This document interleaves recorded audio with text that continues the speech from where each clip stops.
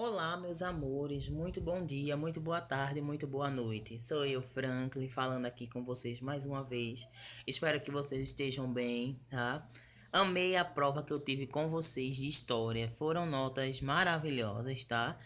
Gostei bastante do resultado, vi que vocês conseguiram absorver um pouco do conhecimento. Realmente não foi presencial, não foi ali com o nosso papel, nossa caneta, mas a nossa conversa foi muito boa e todo o resultado foi positivo, tá?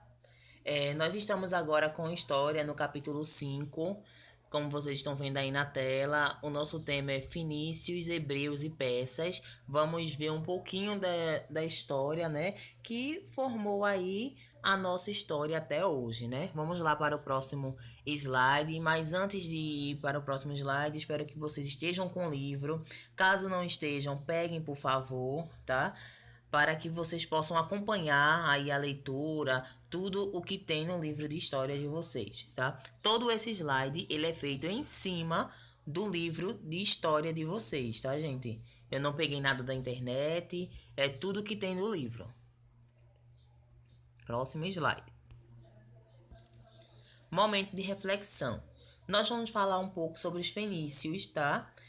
E os fenícios, eles falam bastante assim do mar. Então eu trouxe para vocês essa imagem aí do mar, para vocês refletirem bem na vida de vocês, refletirem o que estamos vivendo hoje, refletirem o mundo anterior, todas as suas ações, tudo aquilo que levou a gente a ser pessoas boas, a ser pessoas ruins, né? Tudo o que não deve estar dentro da gente. Eu espero que vocês possam projetar uma caixinha dentro de vocês e que essa caixinha vocês coloquem as coisas ruins e projetem uma outra caixa com as coisas boas e que vocês utilizem apenas as coisas boas, mesmo que o mundo às vezes peçam de vocês, exijam de vocês coisas ruins, mas que vocês não deixem que as coisas ruins falem mais alto do que as coisas boas, tá, gente? Reflitam bastante nesse pensamento, o pensamento das coisas boas e das coisas ruins. Vamos lá para o próximo slide, para que vocês possam agora se aprofundar mesmo no assunto. Os fenícios. Aí teve sua formação na construção de cidades e estados. Eles eram bem diferentes, né, do capítulo 4, em que a gente falava aí no capítulo 4 dos assírios, dos itas, né, dos acanos, dos sumérios. Esse já é um povo mais avançado, é um povo aí que já tem uma cultura diferente. Eles já estão divididos aí em cidades e em estados, tá? É um povo também, esse nome é complicado, tá? Talassocracia. Que significa isso? Significa governo que vem do mar, porque eles também estão perto perto da praia, perto aí do mar, e por volta aí de 1400 antes de Cristo, tá, gente? Os fenícios começaram a dominar as rotas marítimas, que trouxe bastante benefícios até hoje para a nossa humanidade, para o nosso convívio, tá? Os fenícios estavam localizados no território onde hoje encontramos o Líbano. Então, lá na Líbia, o povo libanês é o povo originalmente os antigos fenícios, tá? Os fenícios dominaram o comércio do meridiano durante muito tempo. Meridiano é, no caso, o comércio no mar. Foi aí que surgiram os primeiros piratas, né?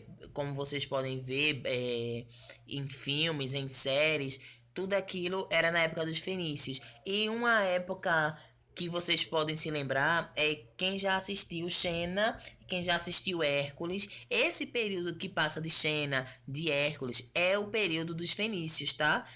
Dessa era aí dos fenícios, que tem essas séries onde fala de deuses, idas ao inferno, de Ares, entendeu?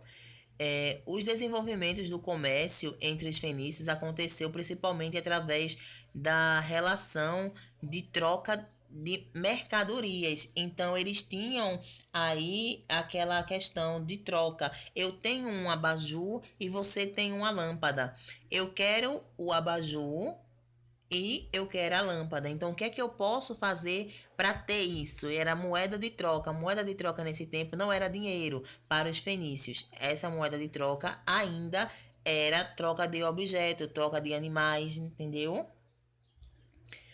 Dentro desse momento aí de desenvolvimento comercial entre os fenícios, né, dessas trocas, os primeiros, no caso, o desenvolvimento do comércio entre os fenícios aconteceu primordialmente através da relação de troca de mercadorias e também foi dentro dessa troca que ocorreu aí a criação das moedas, tá, gente? Depois passou-se a ser necessário uma moeda, tá? De troca. O alfabeto fenício possuía 22 letras. A gente tem a imagem do alfabeto fenício tanto no livro quanto aqui nesse slide. E também temos as moedas aqui no slide também para vocês visualizarem. Esse alfabeto de 22 letras é importantíssimo porque ele deu base para a nossa língua hoje, tá, gente? Os fenícios foram muito importantes para a nossa língua hoje. Os fenícios também foram grandes produtores de artefatos em metalúrgicas, tá? Eles não tinham assim cerâmicas, eles não tinham artefatos próprios, mas com o passar do tempo, eles começaram a produzir aí nas metalúrgicas coisas de metais, tá, gente? Então foi aí que começou, né, uma boa porção, tá, dos metais. E por fim, falando dos fenícios, vamos ver um pouco sobre a religião. Era independente porque eles tinham várias cidades, tá? Cidades-estados, e cada cidade-estado tinha os seus deuses, que eram conhecidos como Baal, que eram representados pelo sol. Também tinha a deusa aí, deixa eu ver aqui o nome da deusa Astarteia. Só um nome maravilhoso, tá? Pra gente aprender. Então, é todo esse conceito que eu trouxe para vocês sobre os fenícios. Os fenícios também, muito importante dentro da religião, eles tinham alguns rituais, tá? De sacrifícios humanos e principalmente crianças, tá, gente? Eles sacrificavam também animais, tá? Falando dentro da religião, também tinha a cultura e a arte fenícia. Não possuíam características próprias, mas eram fruto de influências de outros povos, como egípcios, gregos e assírios, tá? Então, a cultura dele, a arte deles vinham de outros povos, que eles tinham aí somatizado dentre eles, tá, gente? Agora a gente vai ver, só recapitulando um pouquinho, falando dessa parte aí dos artefatos deles. Eles não tinham muita coisa, mas o desenvolvimento do comércio e dos fenícios foi através de troca, né? Como eu já tinha dito a vocês. E eles trocavam madeiras, tapetes, pedras, marfins, vidros e materiais em e outros produtos. Também eles faziam essas trocas, tá? Deixa eu ver. Sobre os fenícios, gente. Tchau, acabou. Agora a gente vai para o próximo slide. Espero que vocês tenham entendido bastante coisa sobre os fenícios, tá? Bora lá para o próximo slide. Os hebreus. Aí nós temos várias coisas sobre os hebreus. Povo muito importante, porque é nesse povo que nós nos baseamos assim até hoje, porque foi o povo, né, escolhido por Deus para fazer aí grandes mudanças, tá? E a gente vai ver essa história ao longo dessa nossa conversa sobre os hebreus. Por volta de 2000 anos antes de Cristo, tá? Os hebreus, povo nômade de origem semita, localizava-se próximo a Ur, cidade mesopotâmica, tá, gente? Nesse momento, o chefe ou patriarca Abraão, olha aí quem é evangélico, né, ou quem costuma ler a Bíblia ou costuma ouvir alguma pregação, tá? Vai lembrar de Abraão, recebeu o chamado de Deus. Aquele chamado que ele deveria liderar, e ele se afastou aí da sua família, da parentela dele. Ele foi para um lado e seu primo foi para outro lado, tá? Então, durante esse processo, eles foram liderados aí por Abraão. Durante muito tempo, os hebreus viveram na Palestina, tá? Foca aí, eles viveram na Palestina. Aí, por volta de 1700 a.C., partiram para o Egito, que na época estava sob o domínio dos Icos. Iquixos. Ixos. São nomes assim, minha gente, bem complicados, até eu travo. Ixos, tá? Então, quando eles chegaram lá no Egito, eles foram bem recebidos, tá? Por conta dos Ixos. Até o momento não tinha a escravidão. Aí, com o passar do tempo, tá? Com o passar do tempo, o Egito, sob o domínio dos Icos, eles propiciaram aos hebreus um ambiente de relativa paz. Mas quando os íncubos foram expulsos pelos egípcios, fortaleceram-se, no caso, o Estado egípcio. Então, o povo hebreu viveu um período de sofrimento, pois foi transformado em escravo, trabalhando nas minas e nas grandes construções do Egito, tá, gente? Agora, os hebreus não viveram tanto assim, né?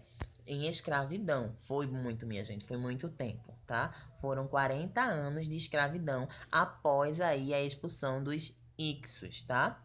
Sob a liderança de Moisés, né? Aí já vem a parte da libertação. Os hebreus iniciaram a sua retirada em direção à Palestina, no caso, de volta para a Palestina, porque eles tinham saído da Palestina e tinham ido para o Egito, ou seja, para Canaã, né? A Palestina, Canaã, por volta de 1250 antes de Cristo, tá? E foi aí que aconteceu o que, minha gente? Foi aí nesse momento que aconteceu as pragas, né, do que foram lançadas sobre o Egito para que o povo fosse liberado.